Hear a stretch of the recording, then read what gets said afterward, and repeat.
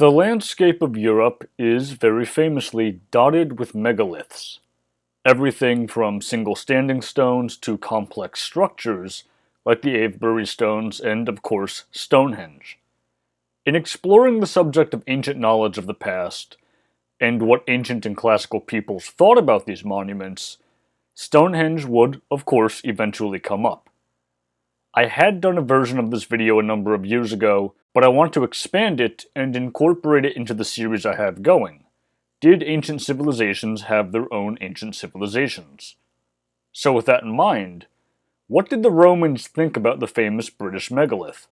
Well, we sort of have a problem in trying to answer this question. Not for lack of evidence per se, but because of what the evidence that we do have looks like. On the one hand, we do have archaeology, which tells us that the Romans clearly did go here, but on the other hand, we don't have any textual references to Stonehenge, except maybe one. This is one of the many henges constructed in the British Isles during the megalithic period, with its construction being done in several phases, with the most famous part of Stonehenge, the tritholons, being erected in the 3rd millennium BC. The first definitive writing we have referring to the structure comes to us from Henry of Huntingdon in about 1130, who wrote a history of England and who really just mentions that the monument exists. The first attribution to a culture having constructed this really comes from the 17th century, when two architects, Inigo Jones and John Webb, stated it was built by the Romans. This was later disproven in the 17th and the 18th centuries by John Aubrey and William Stuckley respectively, whose work began to clarify that this was, in fact, a prehistoric monument. But do we know what the Romans thought about it? In 2008, a small trench was dug at the site, partially overlapping another trench dug earlier in 1964. This digging revealed two Roman coins dating to the 4th century, and these are just two coins among many other coins, pins, pottery shards, and evidently a piece of jewelry totaling over 1,800 artifacts in total that have been found at the site during various digs dating back to the 1920s, including a silver coin dating to 82 BC. It also revealed two other things from the Roman era. The Romans had, at some point, dug some sort of a shaft at the site, but our understanding of what this means or why they did that is still not clear. In the overall excavation in 2008, the site report also tells us that at one end of the trench, a slab of bluestone was found, but this was not fully excavated, because the excavation trench did not encompass the whole thing. And one of the two 4th century coins was found on that slab. So it's speculated that perhaps it's a Roman grave beneath Stonehenge itself. Now, the shaft dating to the Roman era lay in the center of this excavation trench. And when that was fully dug up, the Roman shaft was found to be about 1.1 meters deep, and it was capped by a piece of bluestone. There were 400 separate pieces of animal bone found in this shaft, including sheep, dogs, and rabbits. The bottom of the shaft is very strange because archaeologists found something that looks suspiciously like a stone phallus made of flint. So what are we to make of this? Well, the Romans were clearly present at Stonehenge, and they were clearly there for several centuries. At one point, it was thought that the Romans were simply present in some sort of capacity that maybe is analogous to ancient tourism, and that was the prevailing idea mainly because the major sources of material evidence were basically garbage. Broken bits of pottery, some pins, some small metalwork, and of course coins, but mainly broken pottery. That has since changed since 2008, when the shaft and the potential grave were found. Whatever that slab of bluestone is, it needs to be fully excavated to really determine its purpose, but we do know that people have been buried at Stonehenge, including a decapitated man dating to the early Anglo-Saxon period, as well as many earlier burials, like the cremation graves, a collection of several dozen cremations dating to probably the 3rd millennium BC. This leads into what is known as the healing hypothesis, which argues that either the stones themselves, or water washed over the stones, or otherwise collected from springs nearby, were able to heal injuries.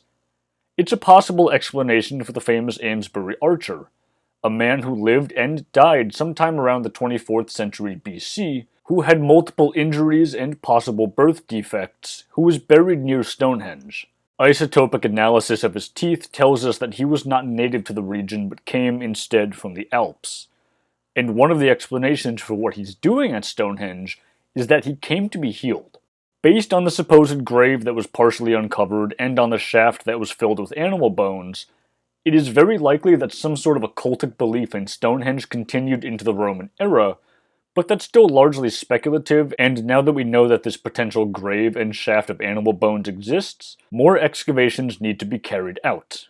So for right now, that's largely the material evidence. But what about the textual sources? Well, this is where we run into the standard problem of ancient and classical history, which is that we don't have the vast majority of textual sources that we know about actually surviving down to the present day. We know that texts exist which have been lost because they're quoted in writing that has survived, and anything that has directly referenced Stonehenge, if it ever existed, is among the writing that has not survived. That being said, there is possibly one reference to a monument in this part of the world that may be Stonehenge. It comes to us from Diodorus Siculus's Bibliotheca Historica, a universal history spanning 40 books, of which unfortunately only 15 survive, and he says the following in Book 2, Chapter 47. Now for our part, since we have seen fit to make mention of the regions of Asia which lie to the north, we feel that it will not be foreign to our purposes to discuss the legendary accounts of the Hyperboreans. Of those who have written about the ancient myths, Hecataeus and certain others say that in the regions beyond the land of the Celts, there lies in the ocean an island no smaller than Sicily. This island, the accounts continue, is situated in the north and is inhabited by the Hyperboreans, who are called by that name because their home is beyond the point whence the north wind, Boreas, blows. And the island is both fertile and productive of every crop, and since it has an unusually temperate climate, it produces 2 harvests every year.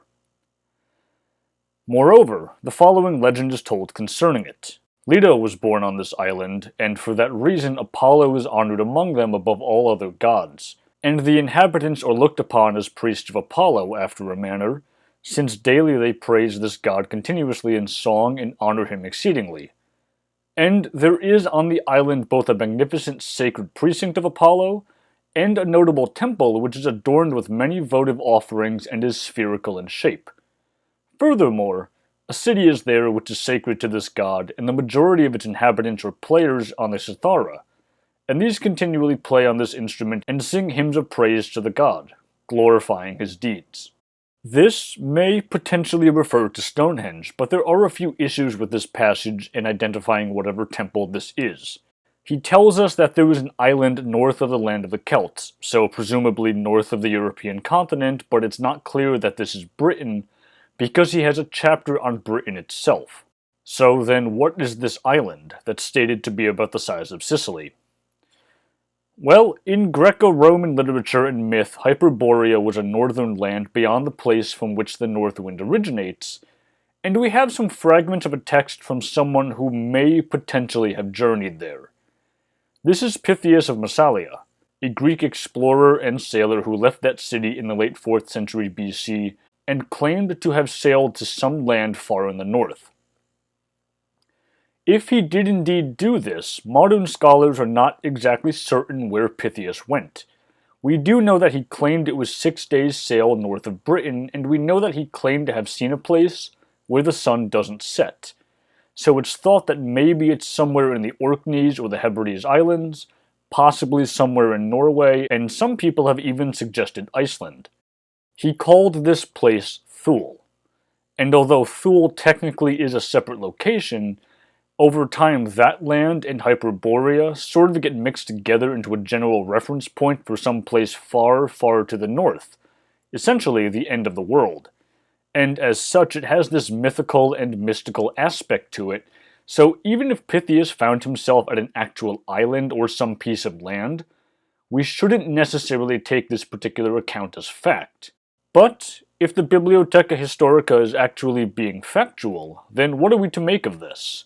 Well, the text says it is a spherical temple and it has priests who worship Apollo. There is an idea that Stonehenge at one point had a wooden covering, perhaps like a roof, which I suppose could lead you to believe it was spherical. Certainly, at the very least, a portion of the structure is circular, and it's entirely possible that there were priests, but that's assuming that this was still an active site, and it's not clear at all that it served any sort of purpose in that regard. It is entirely possible that this text is describing another location.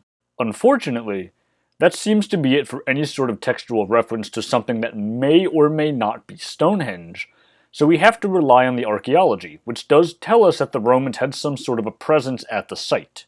There is very likely more to be found, although we need much more archaeological work to be done there. But who knows? There could very well be more secrets lying beneath the English soil, such as who was buried in that Roman-era grave.